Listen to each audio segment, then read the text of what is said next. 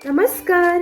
अनुमधू किचनमध्ये आज आपण अतिशय चविष्ट मस्त खुसखुशीत मटार करंजी कशी बनवायची ते पाहणार आहोत.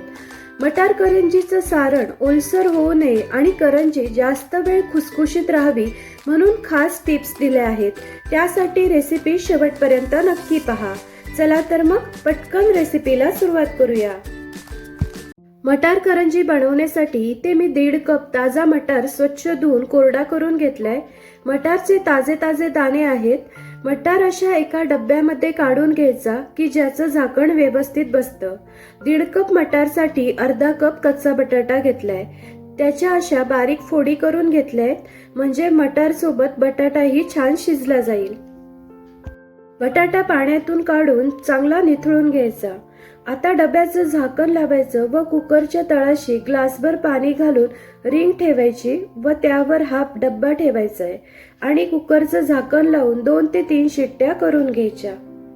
अशा पद्धतीने मटार वाफवल्यामुळे मटार छान वाफला जातो, त्याला पाणी सुटत नाही व मटार करंजीचं स्टफिंग ओलसर होत नाही आणि बटाट्यामुळे स्टफिंगला छान बाइंडिंग येतं. कुकरच्या शिट्ट्या होईपर्यंत आता आपण करंजीचं वरचं आवरण म्हणजेच कणिक भिजवून घेऊ. तर त्यासाठी 2 कप मैदा घेतला आहे. तुम्ही याऐवजी 1 कप गव्हाचं पीठ व 1 कप मैदा असंही घेऊ शकता. चवीपुरतं मीठ घालायचं. 2 कप मैद्यासाठी पाव कप साजूक तूप घेतलंय. हे तूप गरम केलेलं नाहीये, फक्त पातळ करून थंड केलेलं तूप आहे. कडकडीत तुपाचं मोहन घालायचं नाही. आता हे तूप पिठाला व्यवस्थित लावून घ्यायचे. तुपाचं प्रमाण जास्तही करू नका, नाहीतर करंजी खूप जास्त तेलकट होईल व मऊही पडू शकते. तूप पिठाला व्यवस्थित लावून झालंय. आता थोडं थोडं पाणी घालून घट्ट पीठ मळून घ्यायचे. जास्त मऊ पीठही मळू नका कारण करंजी मऊ पडते. तर इथे मला 2 कप मैद्यासाठी फक्त अर्धा कप पाणी लागलं आहे. आता यावर झाकण ठेवून 20 ते 25 मिनिटं कणिक भिजत ठेवू. तर इथे 3 शिट्ट्या झालेल्या आहेत आणि बघा मटार छान शिजलेलं आहे. बटाटाही याच्या सोबत छान शिजला जातो. आता याला संपूर्णपणे थंड करून घ्यायचे. तर इथे मटार व बटाटा थंड झालाय. आता याला जाडसर बारीक करून घ्यायचे. तर इथे मी व्हेजिटेबल चॉपर मध्ये जाडसर बारीक करते. तुम्ही मिक्सर मध्येही 1-2 सेकंदासाठी फिरवून घेऊ शकता. फक्त खूप लगदा करायचा नाही, जाडसरच वाटायचं. तर पहा, याला मी जाडसर वाटून घेतले. खूप बारीक करायचं नाही कारण याला पाणी सुटेल. आता एक वाटण बनवायचे. त्यासाठी मिक्सरच्या भांड्यात घालूया 4 ते 5 तिखट हिरव्या मिरच्या. मिरच्या आवडीप्रमाणे कमी जास्त करू शकता. 1 इंच आल्याचे तुकडे आणि साधारण अर्धी वाटी डेसिकेटेड कोकोनट. तुम्ही याऐवजी ओलं खोबरंही घेऊ शकता.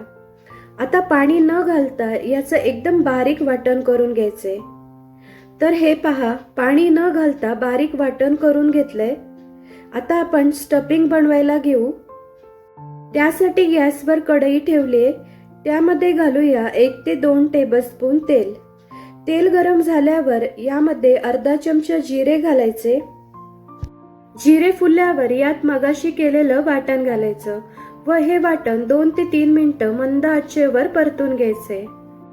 तर इथे वाटण छान परतलंय, मस्त कोरडं झालंय. आता यामध्ये घालूया जाडसर वाटून घेतलेला मटार आणि बटाटा. याला 1-2 मिनिटं या वाटणासोबत परतून घ्यायचे. त्यानंतर मग यात घालूया अर्धा चमचा धने पावडर, अर्धा चमचा जिरे पावडर आणि अर्धा चमचा आमचूर पावडर किंवा तुम्ही याऐवजी चाट मसालाही वापरू शकता. आता पुन्हा हे मध्यम आचेवर 2 ते 3 मिनिटं चांगलं परतून घ्यायचे. त्यानंतर मग बारीक चिरलेली कोथिंबीर घालायची आणि चवीपुरतं मीठ घालायचं व पुन्हा हे सारण मध्यम आचेवर 2 मिनिटं चांगलं परतून घ्यायचं. पूर्णपणे कोरडं करून घ्यायचे. तर हे पहा, मटार करंजीचं सारण तयार झालं आहे आणि दुसरीकडे मैदा सुद्धा छान भिजलाय. याला थोडंसं तेल किंवा तूप लावून पुन्हा एकदा 1-2 मिनिटं मळून घेऊ. आता पिठाचे छोटे छोटे गोळे तोडून पुरी एवढी पारी लाटून घ्यायची. आता पिठाचा गोळा लाटत असताना पीठ किंवा तेल लावायची गरज पडत नाही. कारण यात मोहन म्हणून तूप घातले म्हणून हे पोळपाटाला अजिबात चिकटणार नाही. पारी खूप जास्त जाड किंवा खूप जास्त पातळही लाटायची नाही. नेहमी आपण करंजी करतो ना त्यापेक्षा थोडीशी जाड पारी ठेवायची. पारी लाटून घेतली. आता याच्या मधोमध सारण भरायचं. तुम्हाला जशी करंजी हवी त्याप्रमाणे लहान मोठी अशी पारी लाटून घ्या. सारण मात्र भरपूर भरायचं. साधारण 2 टेबलस्पून सारण भरलं की कडेने पाण्याचं बोट फिरवायचं म्हणजे कडा नीट चिकटल्या जातात आणि याला बंद करून घ्यायचं. कडा व्यवस्थित दाबून चिकटवायच्या म्हणजे करंजी तळताना फुटत नाही. कडा बंद केल्या की याला करंजी कटरने कापून घेऊ. तर इथे मटार करंजी भरून तयार आहे. तर अशाच पद्धतीने सर्व मटार करंज्या भरून घेऊयात. आता करंजी तळायला घेऊयात. त्यासाठी तेल मी गरम करायला ठेवलं होतं. तर तेल मध्यम गरम झाले. खूप जास्त कडकडीत तेल गरम करू नका कारण त्या वरून खूप डार्क होतात आणि आतून कच्च्या राहतात. आता करंजी तळायला घेऊया. जेवढ्या बसतील तेवढ्या करंज्या तळायला टाकायच्या. एका वेळी मी 3 करंज्या तळायला टाकलेत. अर्धा ते 1 मिनिटांनी करंजी तेलावर तरंगू लागली की मग करंजी उलटून घ्यायची. मंद ते मध्यम गॅसवर करंजी छान दोन्ही बाजूनी अलटून पलटून अशी तांबूस रंगावर खरपूस तळून घ्यायचे. तर 5-7 मिनिटांनी करंजी बघा तांबूस रंगावर तळून झालीये. आता ही काढून घेऊ. अशाच पद्धतीने सर्व करंज्या तळून घेऊयात. अशी खरपूस तांबूस रंगावर करंजी तळली ना की जास्त वेळ मस्त खुसखुशीत राहते. तयार झाल्या मस्त गरमागरम खुसखुशीत मटार करंजी. तुम्हाला एक करंजी तोडून दाखवते. वा मस्तच.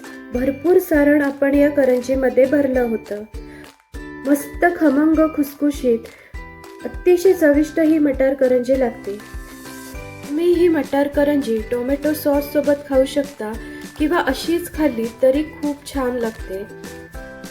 तर तुम्हीही अशा पद्धतीने मटार करंजी एकदा नक्कीच बनवून पहा.